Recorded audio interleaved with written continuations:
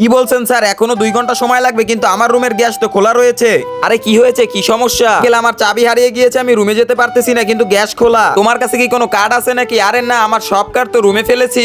1 minute দাঁড়াও, দেখি আমার কাছে একটা কার্ড আছে, এটা দিয়ে খুলতে পারি নাকি। এই তো খোলা হয়ে গেছে।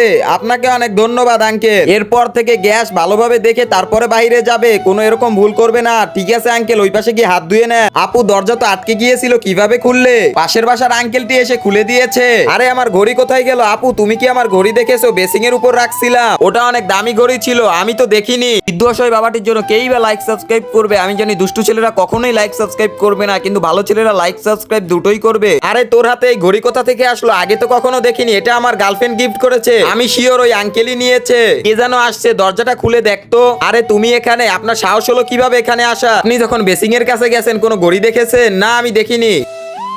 এটা কি তোমার ঘড়ি নাকি? কারোর উপর দোষ দেওয়ার আগে আগে ভালো করে ঘরটা চেক করে নাও। ওখানে আমি খুঁজতে গেলাম, আরে আমার ঘড়ি তো বেসিং এই পড়ে রয়েছে। সরি আঙ্কেল, আমি আপনার উপর ভুল বুঝেছি। ওকে, ঠিক আছে।